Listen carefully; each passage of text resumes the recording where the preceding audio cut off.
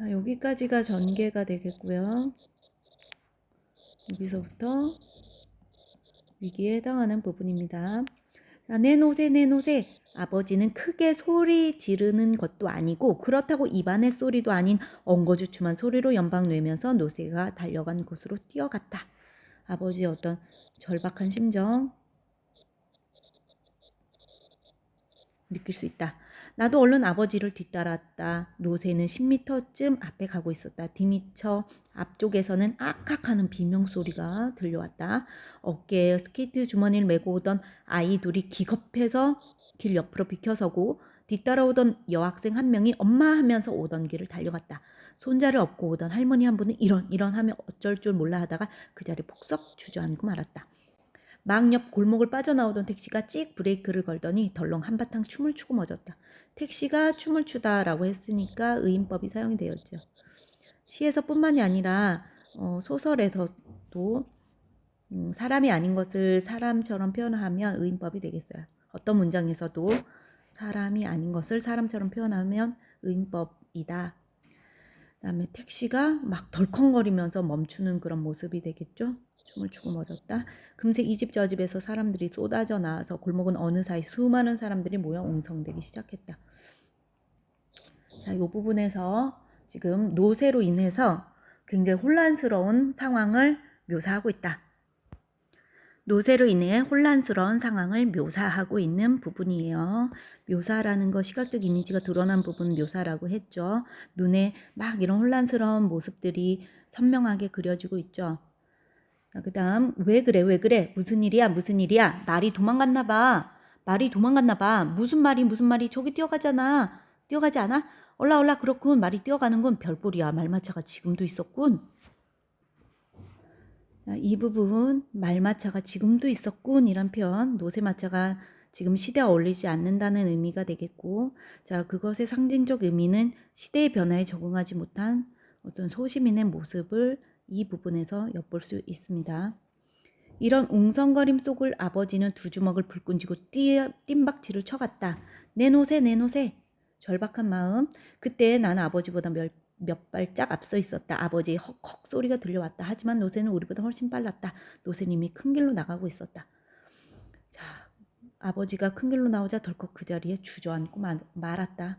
자, 주저앉고 만 거 어떤 아버지의 절망감이 되겠죠.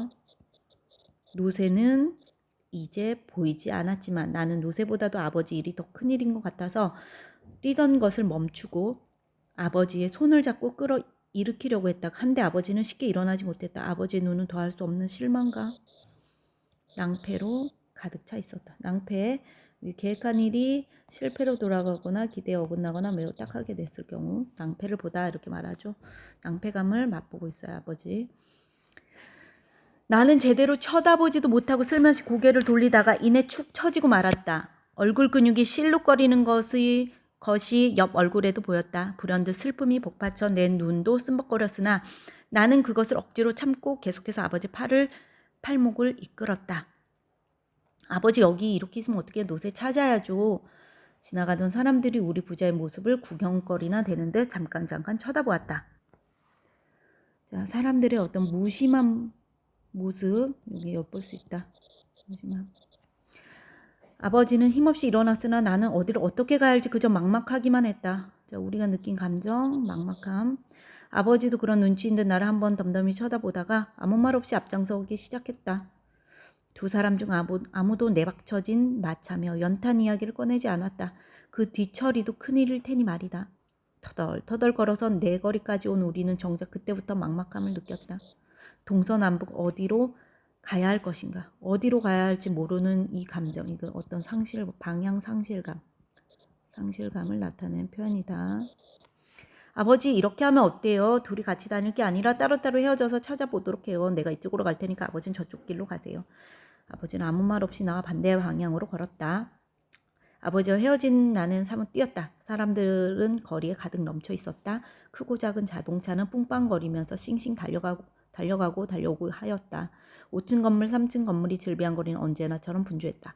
아무도 나를 붙잡고 왜 뛰느냐고, 노새를 찾아 나선 길이냐고 묻지 않았다. 아무도 내가 찾는 노새가 방금 저쪽으로 뛰어갔다고 걱정 말라고 일러주지 않았다. 이 부분에서 느낄 수 있는 것, 사람들의 어떤 무관심한 모습,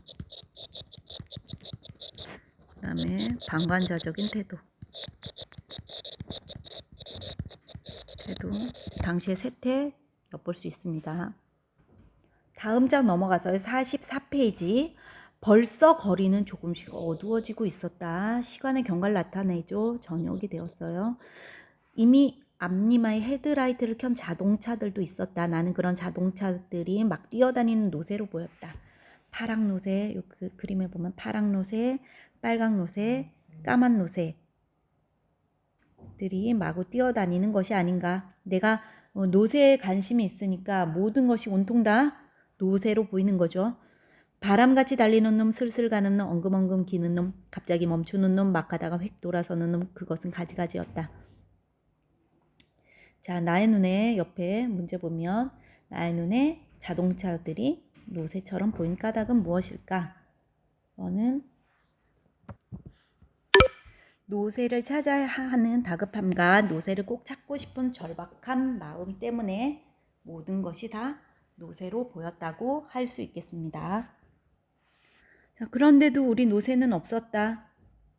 두 귀가 쫑긋하고, 자, 노새의 모습을 묘사하고 있어요. 두 귀가 쫑긋하고 눈이 멀뚱멀뚱 크고 코가 예쁘고 알맞게 살이 찐, 엉덩이에 까맣게 연탄가루가 묻어 반질반질하고 우리 사촌님은 머리채처럼 꼬리를 길게 늘어뜨린 우리 노새는 안 보였다. 여기에서 그 묘사한 모습을 보면 노새가 굉장히 예뻐 보이죠.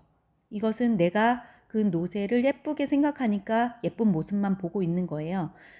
이 부분을 통해서 알 수 있는 것은 노새에 대한 나의 긍정적 관점이 드러난다라고 볼 수 있겠죠.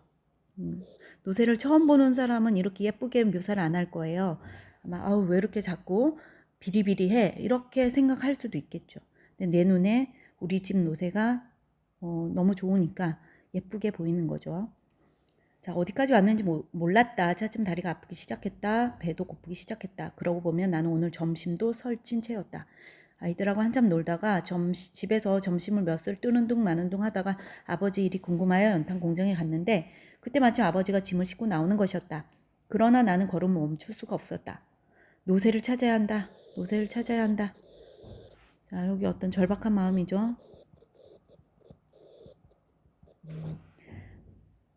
내 걸음에 앞서 몇 번 고꾸라지기도 하였다. 덜어는 어떤 신사 아저씨의 옆구리에 넘어지듯 부닥치기도 하였는데 그러면 아저씨는 이 녀석아 어쩌고 하면서 못마땅하게 쳐다보고 덜어는 어떤 아주머니의 치마꼬리를 밟기도 하였는데 그러면 그 아주머니는 얘가 왜 이래? 눈은 어디다 두고 다녀? 하면서 호통을 치기도 하였다.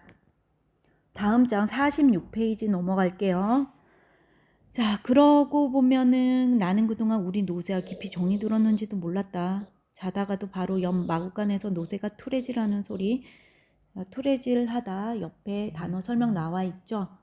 말이나 당나귀가 코로 숨을 급히 내쉬며 투르르 소리를 내는 것. 자, 투레질하는 소리, 발을 들였다 놓았다 하는 소리를 들으면 왠지 마음이 놓였고 길에서 놀다가도 저 먼지서 아버지에게 끌려오는 노새가 보이면 후딱 달려가 그 시커먼 엉덩이를 한두 번 두들겨 주기도 했다. 그러면 저도 나를 알아보는지 그 큰 눈을 한번 크게 치떴다가 내리치곤 했다.